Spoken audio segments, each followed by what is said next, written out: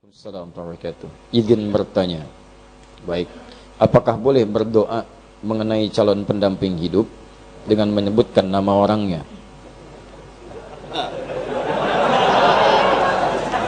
Inilah praktek apa yang saya sampaikan tadi.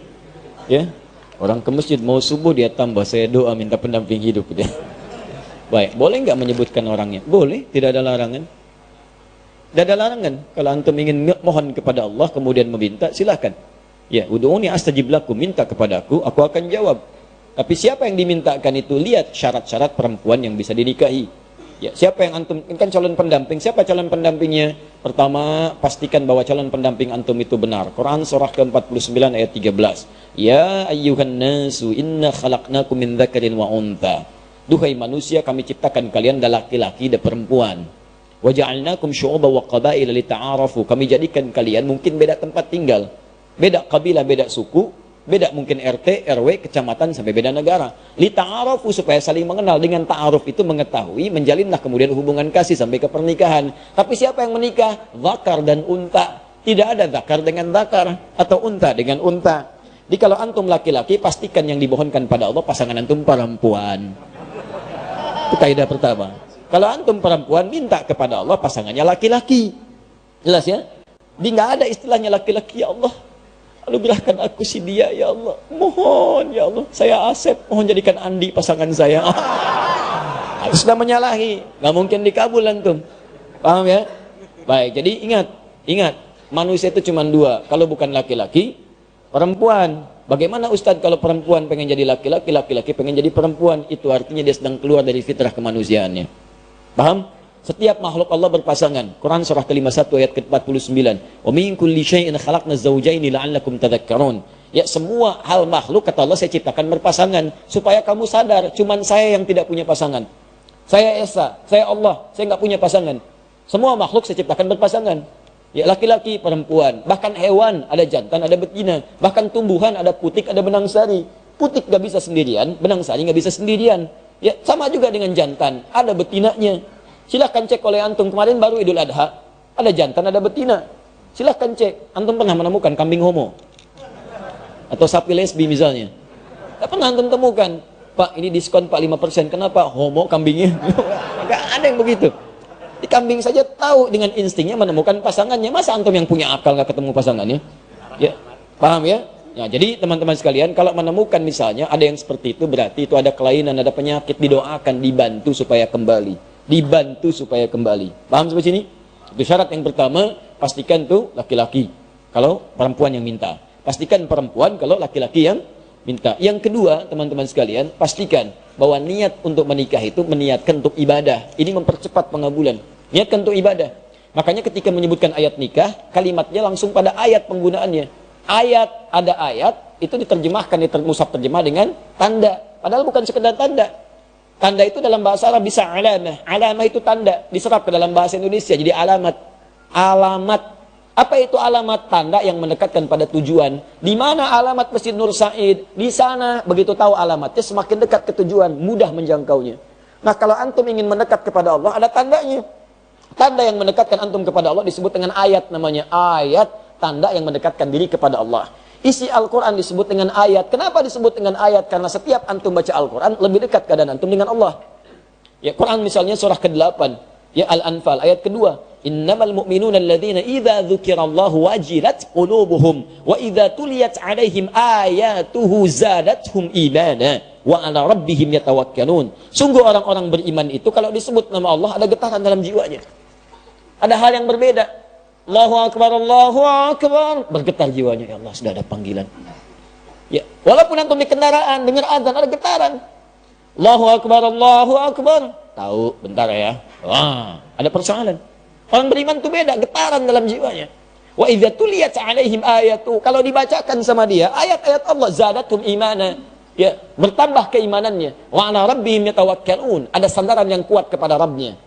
Nyandar, ada ketenangan dalam jiwanya. Itu ayat. Makanya isi Quran disebut ayat. Salat itu ayat, mendekatkan kita dengan Allah. Makanya ketika antum menunaikan salat, ada ketenangan di dalam jiwa. Gak percaya silahkan. Ya, antum masuk tempat salat, musola, masjid, tempatnya aja udah tenang. Puncak tempat salat itu di Baitul Haram, Ka'bah. Ka'bah, Masjidil Haram. Itu puncaknya, kiblatnya di situ.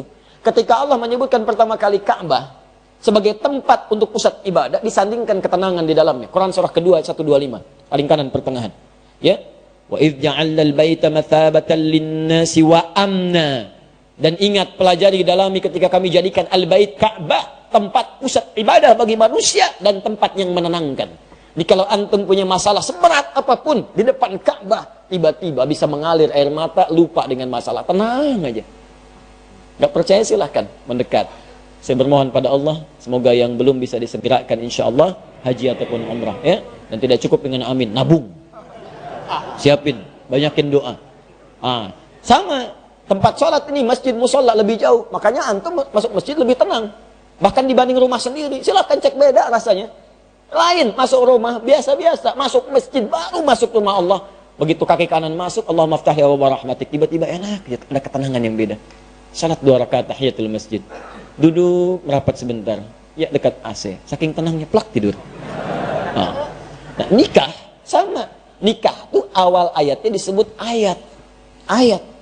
Silahkan, Quran surah 30 ayat 21, wa min ayatihi, di antara tanda-tanda yang mendekatkan seseorang kepada Allah, an khalaqalakum min anfusikum azwaja, kami jadikan setiap diri itu bisa berpasangan untuk menikah. Di niat nikah itu pertama kali bukan hanya memadukan rasa rindu, memadu kasih, ya, menyatukan dua insan yang saling ingin bersatu. Bukan cuma itu, niat sesungguhnya itu ibadah. Jadi kalau antum ingin dipercepat oleh Allah pengabulan doanya, niatkan untuk ibadah. Ya Allah, pasangkan aku dengan dia ya Allah, supaya aku bisa juga menghafal Quran seperti dirinya yang sudah hafal Al-Quran. Ya Allah, jika memang engkau berkehendak dengan penyatuan ini, jadikan kami ya Allah pasangan yang selalu senantiasa menunaikan salat kepadamu, menjaga dalam kebaikan, menjauhi maksiat. Kami ingin menjadi pasangan yang diabadikan olehmu sampai ke surga ya Rabb. Indah.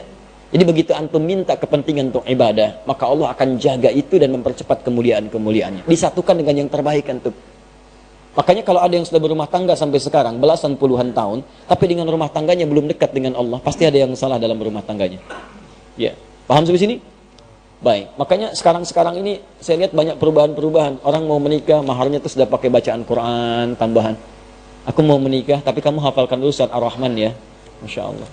Saya kalau menghadiri tausiah pernikahan, sekarang bacain Ar-Rahman. Calon suaminya tuh, bukan baca pakai mushaf, hafalannya. Masya Allah, sudah ada hal-hal yang baik sekarang ini. Ya, nanti kalau bapak punya anak perempuan, datang ke rumah, suruh tes bacaan Qurannya. Ya. Adik siapa? Saya Anas pak, baca surat An-Nas. Baca. Masya Allah, baca, dengerin tuh. Makhrajnya bagus. Kalau belum bagus, latihan dulu. Cari ustadz ya, yang bagus. Kalau adik siapa yang kedua? Saya Torik pak. Baca At-Torik. Baca. Masya Allah, sesuai namanya. Bagus. Ada yang ketiga siapa? Pucat dia wajahnya. Belum jawab. Saya Imran pak. Aduh. Tapi panggilan sehari-hari kulhu. Baik. Itu ya. Minta niatkan untuk ibadah. Nanti kalau antum begitu, itu akan dipermudah. Bahkan bahasa Qurannya sederhana. Kalau kamu merasa kurang bekal, aku jadikan kaya, kata Allah setelah berumah tangga.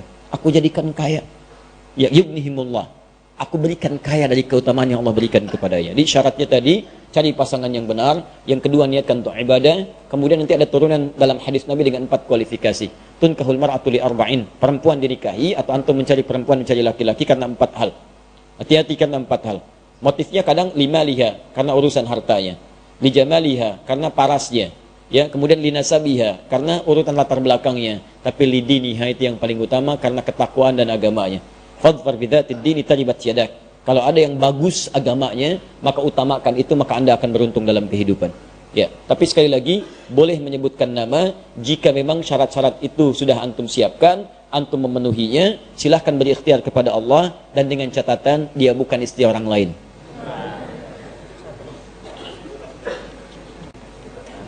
Ya Allah, kalau memang dia jauh, dekatkan. Kalau dia sudah bersama dengan orang lain, pisahkan dulu ya Allah. Itu nggak boleh. Ya, nggak boleh seperti itu. Dosa.